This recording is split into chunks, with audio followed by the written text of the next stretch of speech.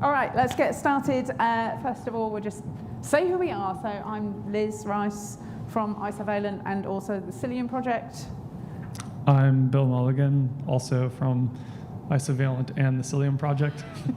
I'm Joe Stringer, also from Isovalent and the Cilium project. All right, so I guess let's start with a quick show of hands, and maybe you can do jumping jacks instead of, if that will warm you up. Hands up anyone who has an AI policy already in their project. Does anyone have one? Oh, yes. Okay. Which project is that? No, it's internally. Internally? Internally, okay. Yeah. Okay. Okay. All right. So I think, Oh, yeah, we do. Yeah, also. was that another? Yeah, we have one. Yeah. Which project is that?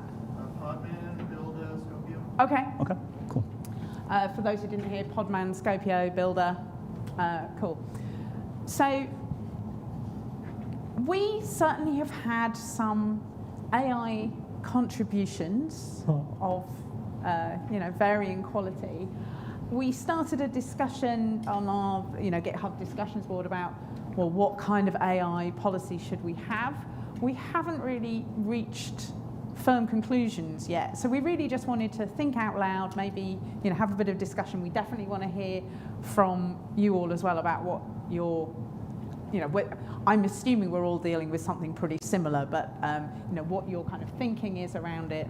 And I don't think we are at all expecting that all projects will have the same AI policy, but we may well want to learn from each other about what could a good policy look like and share some ideas.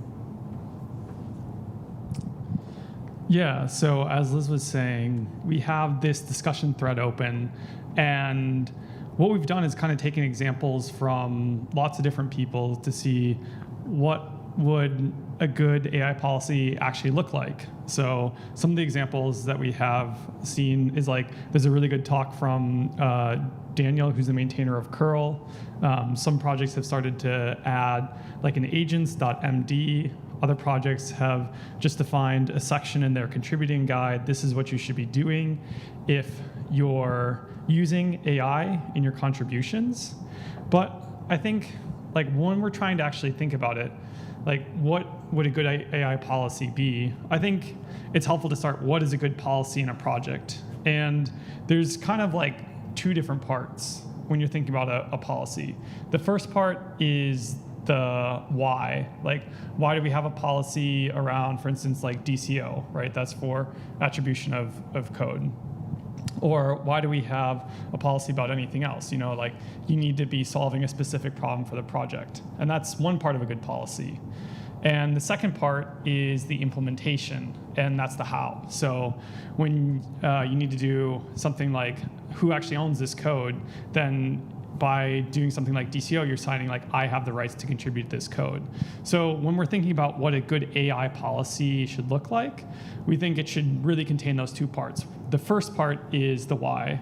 And I think it's pretty clear, AI contributions is coming. We need to have a good way for people to contribute to projects using AI while still making the burden maintainable for the maintainers. And the second part is actually telling the how. And then the second part is, everybody is very good at, writing a policy, but the more important part is not just something that the maintainers had said yep, looks good, thanks Joe, green check, let's merge.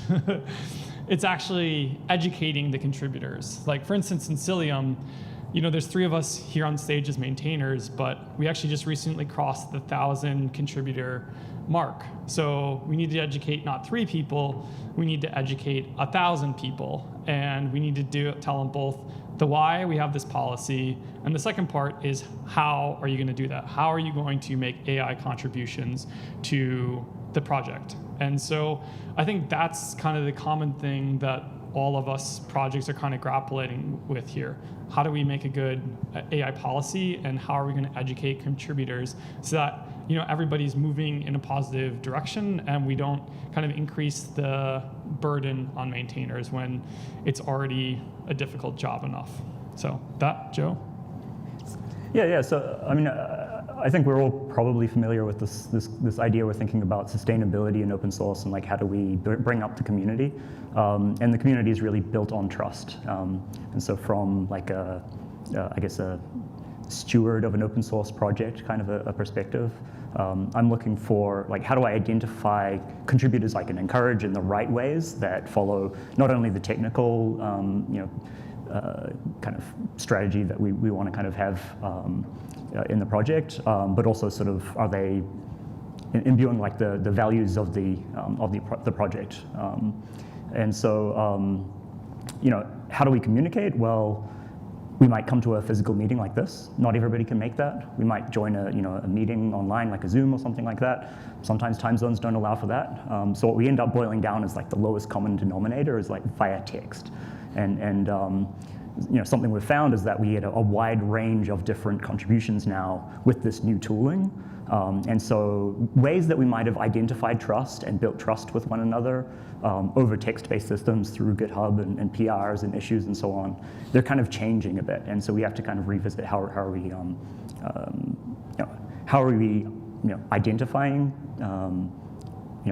contributions that benefit the project? How are we incentivizing the right types of contributions? And I guess encouraging the next generation of leaders who are kind of stepping up.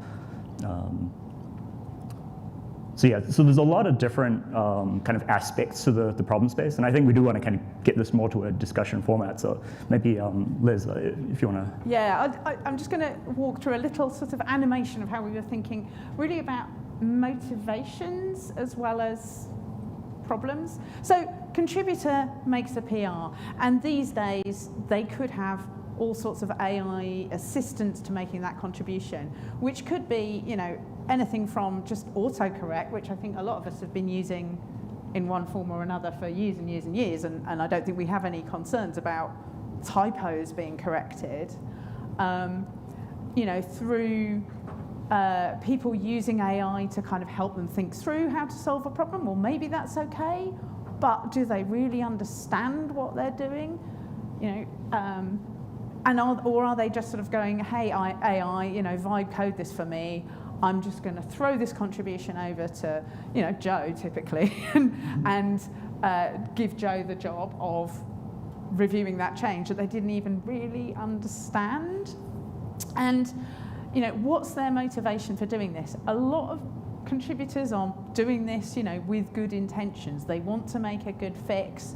They want to learn. They want to potentially get into a position where they could have more responsibility in the project. And I think that's one of the really key things that we want to think about when we're thinking about these policies. Like, how do we make sure we're not just accepting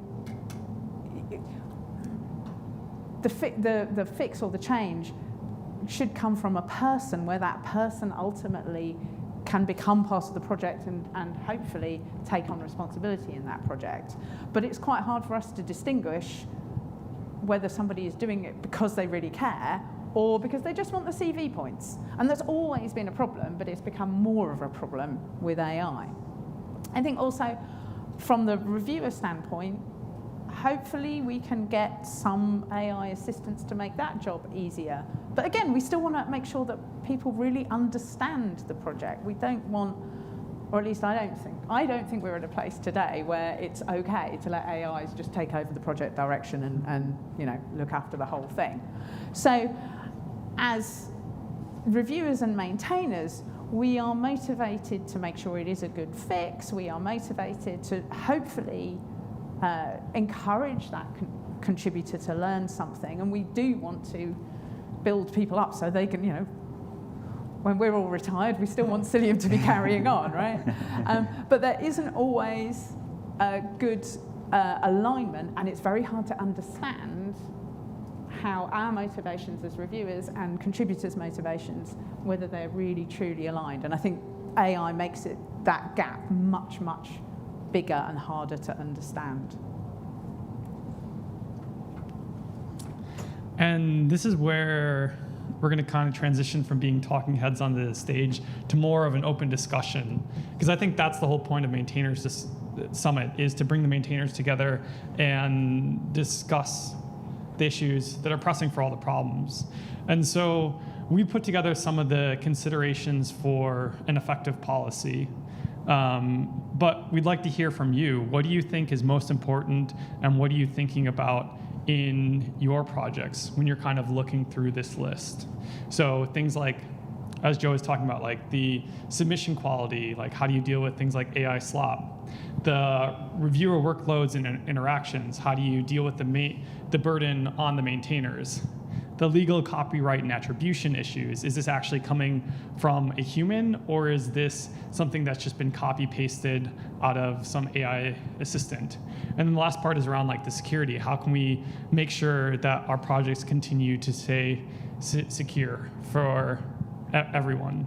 And I think kind of like the lens that we should have for this whole discussion too is like, at the end of the day, right, open source is built on trust. Open source is built by humans, and it's really about the people behind the project. So what's the effect of this on us maintainers as humans? Like, what's our quality of life? How do we create learning opportunities for new contributors so that they can go up the contribution ladder to become maintainers when we do retire? And then, how do we create the pipeline for other long-term leaders? So I don't know. For the people that are considering AI policies, what are you considering right now? Got a question down there. Yeah, I've got a question. And this is kind of... Yeah, thanks for that. I suppose I'm old enough to start with, I started programming from magazines. So when I was doing BASIC in Spectrum 48K, and then it was books. And then it was, if people remember the CDs, I was doing MSDN stuff for a while, and you copied out of that. Then once the internet's got more and more code up there, we started coming with Stack Overflow. So is your biggest worry that we've always copied because we don't reinvent the wheel? So like, if I want to do a HTTP server in Python and I haven't used FAST before, I'm going to get a hello world, or I'm going to copy someone's stuff over, and then I'm going to build on that. So that's always been a given. Is our worry here now that because of the way AI is working and how much it can generate so quickly, we have a problem? So that'd be number one. But number two, is it now trying to review that amount coming in? Because we'll always review code that comes in, and we'll always say, right, if it's too big, we'll push back and we'll say, you need to break that down. You need to say, why are you giving that to me, or whatever. I suppose my point of view here is, like, I'm not for the machine and I'm not against the machine.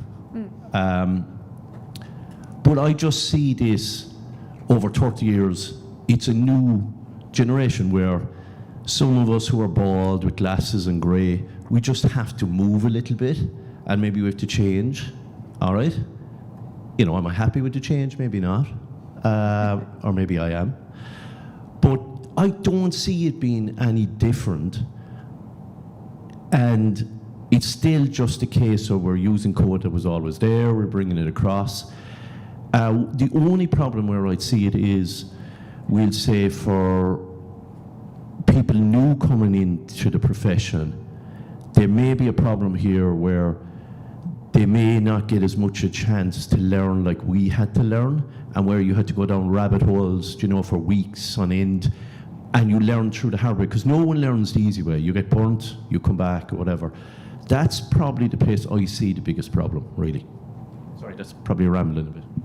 I think maybe another show of hands might be useful. How many people have seen contributions to their project that they would class as basically AI slop? Right, okay, so yeah. Every hand. It is a problem. Yeah. So So I think that's probably our biggest concern, is not spending time dealing with that. Yeah, I would say some part of that is the expectations between the contributors and the reviewers. I know that for our project, when I spoke with maintainers who were helping to review all of that code, I think a common kind of, feeling was that they hoped that the contributor had more idea of what was going on, so that when you interact on the PR, oh, why did you do this? Oh, here's the reason. And I think often it's, here's the PR, and then all right, my job is done. I assume they will just take my PR. So that's one aspect. I don't know if any of you have seen the Fedora AI contributions policy. It's in our list of ones we're looking at. Yeah. I help with that, Okay. Along with a bunch of people, because Fedora, right? But we were looking at it basically because, like as you said before, qualitatively AI, like the problem that some of these AI contributions represent is not a new problem. What's new is the quantity, right? Yeah. As in some of the like bad contributions, bad PRs have always existed, right? Like I remember back when Hacktoberfest was an opt-out process, right? Yeah. The difference is that with AI tooling assistance, people can make misconceived contributions faster, and it's harder, it takes more time to tell that they are not well developed, right? So we started working on this policy for it, and like some of the things in there, I mean, number one was just saying, hey, it's still your contribution, right? You have to understand it, you have to be able to debug it, you have to be able to answer questions about it. If you're having the AI answer the questions, then that's going to be an immediate rejection, because clearly you don't actually understand the code you're giving us. And you're committing to supporting this like you would with any contribution. And the second thing, and this is a little bit more controversial and worth discussing, the Fedora community decided on was a transparency requirement that you have to add an assisted by tag to your commit. I mean, the general idea was if sometime in the future we find a systemic problem with one of these tools, then we want to know which PRs were generated with that tool so that we can re-examine the code, right? Like if we find out a particular, if Claude, version 2.1 tended to generate a certain kind of security hole, then we want to know everything that was assisted by Claude so we know we could to look at those for that hole, right? And that's something that different communities have been different places on, but we feel that the tagging helps. The one other thing we do for the Fedora was to say that from the review, et cetera, side of things, that a human always has to make the final decision. So, you can use an AI review tool to flag things as probably good or probably bad, but a human needs to look at that and decide whether or not it's going to be closed or go into review.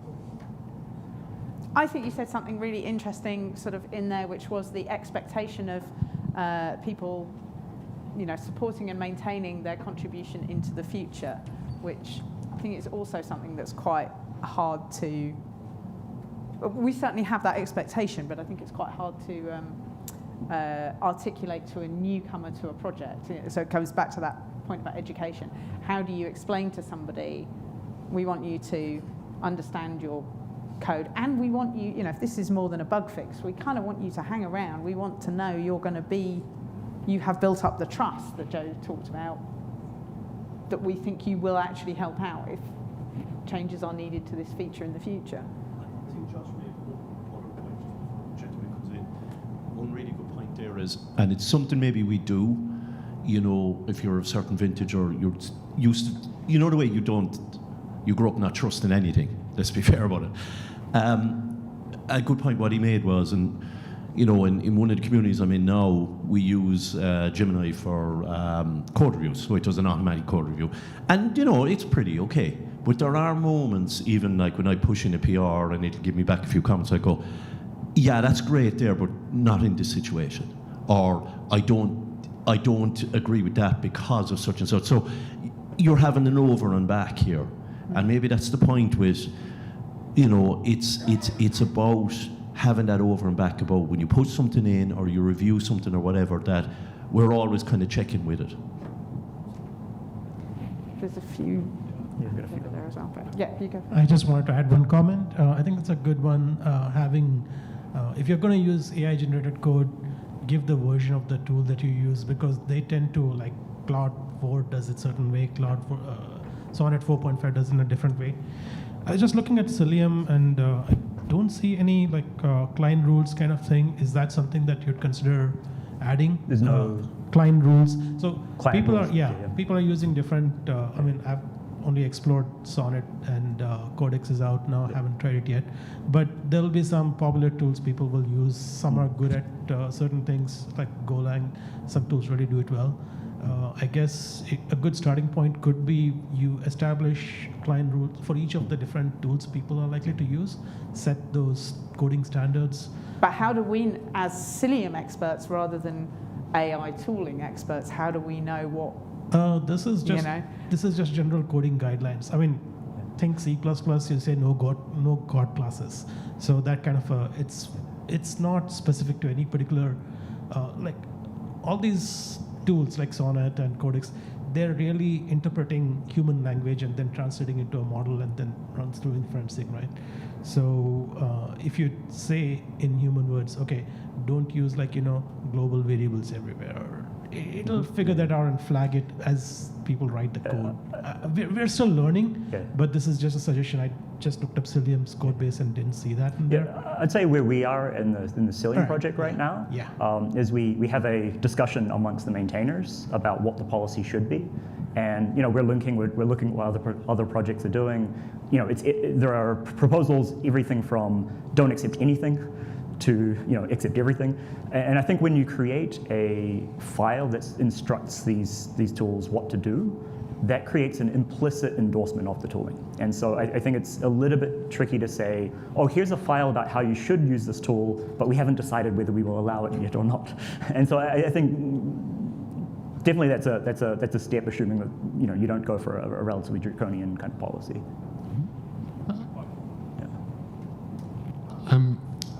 Oh, sorry. You're first. Okay. So what I was wondering was, and not that I have a special magical silver bullet for any of these things, but I often wonder whether we need to formalize like some of the things that maintainers do informally, right? Like maintainers look at quality in a certain way and they figure out certain things in a certain way, and they look, when they're reviewing things. But maybe that isn't totally clear. And the thing is, we're not going to be able to get away from AI. So some element of acceptance is going to be needed. But I do worry about projects like Cilium, for example, and I'm not pointing specifically at Cilium, but there are like some low-level bits of the eBPF code where there are maybe like 10 people in the whole world that can decode that stuff. So like, how is anybody supposed to, make contributions or review them? And I think what we're seeing with AI is those sort of problems just become worse, because before there might have been 10 people that might contribute to that. Now lots more people can contribute to it unknowingly because they can use AI to do it. So the thing that I'm trying to get to is, if before we had like a deficit where maybe that code wasn't particularly well tested or didn't have, the right, say, coding guidelines or review processes, now it's just getting worse. So this probably actually forces the maintainers to do more work, because the informal stuff they used to do before actually now needs to be codified in some way. I think it's a fair point. Yeah. Maybe just briefly. So I know on the previous slide there was, as a contributor, here are all these boxes about how the tooling is making things easier, and then at the bottom of the reviewer there's one box, and I think that's indicative of how the tooling is actually helping different members of the community. So, And I think a big part of the stuff that's difficult to articulate is, all the things in Joe's brain from however many, a decade of working on the project, I don't think he could write them down. Like, I tried, but it's been a 10-year project, and I guess on a case-by-case basis, you sort of end up articulating it to somebody who's putting it, here's a PR, okay, here's my concerns about that PR, and now you have to do that much more often. There's many more PRs because it's easier for people to write them. Yeah. I was wondering if you have looked at all at, for example, using Copilot for well-specified bugs to actually generate the code? No. I think no is the short answer. Yeah. I mean, I think we have all seen examples of, tools, whether it's Copilot or whatever, doing a good job or a pretty good job. I don't think any of us are saying we don't think. I don't want to be Luddite about it. Sure. I think it's much more about like, okay, how do we kind of figure out how to allow people to use it, but not. I guess the nightmare scenario is either we've got a whole load of PRs and we think we should accept them. Maybe the reviewing tools say it's great, so we accept them all and the quality of the project goes down. Or they're actually all really good and the quality of the project doesn't go down, but occasionally it requires human interaction and we don't have any new humans who understand what they're doing. And that onboarding part is something that really worries me. That was actually something I was going to say, was that my experience has been that when you specify the task well enough for Copilot, it actually becomes a good first issue. And so I was wondering how you were navigating the tension between, hey, this is well specified enough for an LLM to work it out, and this is a good opportunity for someone to get their feet wet and understand how the project really works. Great. There's one here. Yeah. Mike, good to go? All right. At the back, I think you can. Yeah. Hey, I'm Nick. Sounds like I might play a similar role for crossplane that you were saying Joe does for Cilium. A lot of reviewing of pull requests and reviewing of pull requests for idioms in the crossplane code base. I wanted to point out a couple of things that we've been doing. We are looking at setting up an AI policy, but we have not yet set up an AI policy. We have set up an AI code reviewer. Interestingly, the AI code reviewer, which happens to be CodeRabbit for us, I feel is doing a much better job of catching correctness bugs in pull requests from maintainers who know the code base pretty well. Doesn't do the best job of, although we tried to configure it to, it doesn't do a very good job of checking for taste or idioms or code patterns one example, I wanted to point out two examples of interesting AI contributions that we've had recently.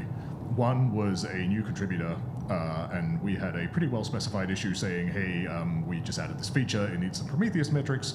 We have a Prometheus metrics pattern, it's here, here, and here. Copy that one and add metrics to this new feature. Someone pretty obviously used AI to tackle that bug, and it did not pick up any of those patterns at all. It just kind of did it the way that it knew to do Prometheus metrics. But this was an interesting journey for me as a reviewer, because at first I was like, this is annoying. This person clearly has just pointed AI at this and just sent me the pull request and hasn't looked at it themselves and hasn't checked whether it follows the existing patterns. And I was borderline ready to say, go away, I'm just closing this issue, go close the pull request. But instead I did actually give them some feedback as if they were a new contributor, and they started to engage and they were like, oh, thank you. You pointed me in the right direction. I'll remember this for next time, right? So I started thinking of it as, oh, this person might not have contributed at all, but this kind of got their foot in the door and they made the contribution, and they, as a person, did actually they were eager to learn more, right? So I was like, I was ready to just be like, this is AI slop, but it turns out the AI slop kind of went somewhere with regards to someone engaging in the project. Another just interesting, one of the first AI contributions that Crossplane got was, we've had this request for years and years and years that we've had in the too hard bucket, where people have said, hey, whenever I make a change to Crossplane, I'd like to have a Terraform plan style diff that just tells me everything that's going to change to my infrastructure, which is a really hard thing to do with controllers. So we just had not solved that problem for a long time. This fella showed up who is one of our, is an end user of the product, and is not a Go engineer, but is a senior SRE at some company, and sent me this giant, very clearly AI-driven design doc saying, here's how I'm going to build this feature. And we were like, I don't know, man, like this is, I'm really keen that you're contributing, I'm really keen you're trying to solve this problem, but this is clearly just a bunch of weird AI spec. But we're like, you go with it. He generated code. It was tons and tons of code. We were just saying it's so much code that no one's really reviewed it. But it actually works, and it does a pretty good job, and it built a pretty good user experience. And we kind of punted on this situation by being like, we're going to put this in another repo in our SIG area. And we're in this weird spot with it now where it's a ton of code, no one really understands it. The guy who contributed it doesn't really understand it that well, but he's also signed up to become a maintainer and is like, yeah, I want to get involved in your SIG CLI. And we're like, it's kind of working, even though there's this just big, scary bundle of AI-generated code that no one really understands, but it solves user problems. So just some interesting anecdotes from our project. I know we've only got a few more minutes. I think there was one more person there and one person here. Yeah, One over there. just very quickly, I just wanted to get your thoughts on the legal copyright and attribution. Yeah. That would seem to be something that if you're if your tool, if you're tagging, if your PR is AI generated, you really have to say, well, what model did you use and where did that model come from? Because you get into very sticky legal stuff. We had a really interesting example of a PR that was AI generated that turned out to be almost verbatim the same as another PR that was already in flight. And I think that was one of the early cases where we sort of started going, hang on a minute, we're going to need to do something about AI. And it was so obviously identical. And the person who made the submission didn't, I genuinely think from the interaction with him, he didn't realise that he was copying, or the AI had copied. But if it copies it's a from real GPL problem. or Yeah. commercial software, Yeah. like it's, And yeah, I mean, there's definitely the legal aspect. I think there's also sort of an attribution, we talk about trust, we talk about, people make contributions, and we put a lot of value in, I guess, recognizing contributors, and that's how we encourage people to feel good about open source. And so I think when we see like a plagiarized PR like that, that can also create some negative emotions with some of the contributors that are involved. I mean, I'm definitely going to say I am not a lawyer. I raised the concern about like how can somebody, sign the DCO and also say here is my AI generated fix, and the lawyer that I sort of it wasn't like legal advice, but it was just having a conversation, and he certainly seemed to think it was not going to be, I think mostly on the basis that literally everybody on the planet is going to fall into the same problem if it turns out to be a problem, and therefore it won't be a problem, because it won't be in anybody's interest to sue anybody. I'm not sure I'm entirely comfortable with that, but that was the impression I got. There was one here, I think. Oh, okay, go ahead. Oh, okay.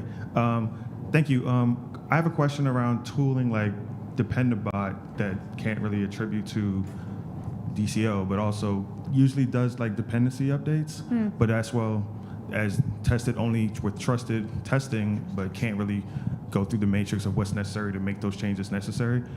How do you feel about, I'm interested in your comments about using tooling like that, which is kind of low stake, but still interested in the same problem, but also can maybe leak in some dependencies that maybe not scanned by like Trivia or some other tooling like that. I mean, I would say you can use it in conjunction with things like vulnerability scanning. So, yeah, but I think it is an interesting point that those are essentially AI-generated fixes that we are accepting. I think we probably do look at them, but I might bring up, there was one concept, I don't recall exactly who brought up the concept, but it was a concept of like different levels of AI contribution, and some of the like phase 0 might be like no tooling used at all. One might be linters and stuff like that, and then as you progress at the end, it's like, oh, I kind of expressed an idea into an AI tool, and then it generated the entire thing, and no design input or anything from me. And so I think, considering that, I think there's different layers, basically, some different levels of contribution. But, yeah. should we get this one last question? I'm going to also say that the talk immediately after ours is also on a very similar topic, so we might be able to continue through that one as well. So, go ahead. The things that you brought up about doling out responsibility to new contributors, I think there's another angle to that with AI, where a lot of people will be using AI to have a conversation with it to help themselves upskill in a place where they're not really comfortable and they aren't really an expert. And there are a lot of risks associated with that. And like just stream of consciousness off the top of my head, we've already talked about, well, what if folks start leaving because AI is so successful? will we have any experts left after that? And so one of the places where we've tried to help with that in the Flux project is to build our own MCP server, because we found it's not really a problem that has anything to do with AI. It's about upskilling and building teams. So problem number one is your users don't understand your product from end to end. And through AI, they can help build that understanding, even if they're only getting a part. So how do we encourage that? Do we have to build MCP servers so that they can access, the AI can access That's an MCP directly? server for contributors, not for users. For Flux, for the Flux docs, Yeah. for the users. For the docs, okay. For the users, yeah. So you can have a conversation with your cluster and find out what's in it and what's wrong with my cluster right now. For example, AI can help you diagnose it. That's just another thought to add. Yeah, cool. I think that's actually probably a good note to end on is like, yeah, how do we educate contributors? Because at the end of the day, what we need is people who will continue to stick around for the long-term viability. And if AI is a way to do that, then maybe it's a good thing. So we are out of time, but we would like to continue this discussion with you and all the other maintainers in the next session that's also talking about AI and also in Maintainer Circle on the CNCF Slack. So thanks for coming and thanks for the discussion.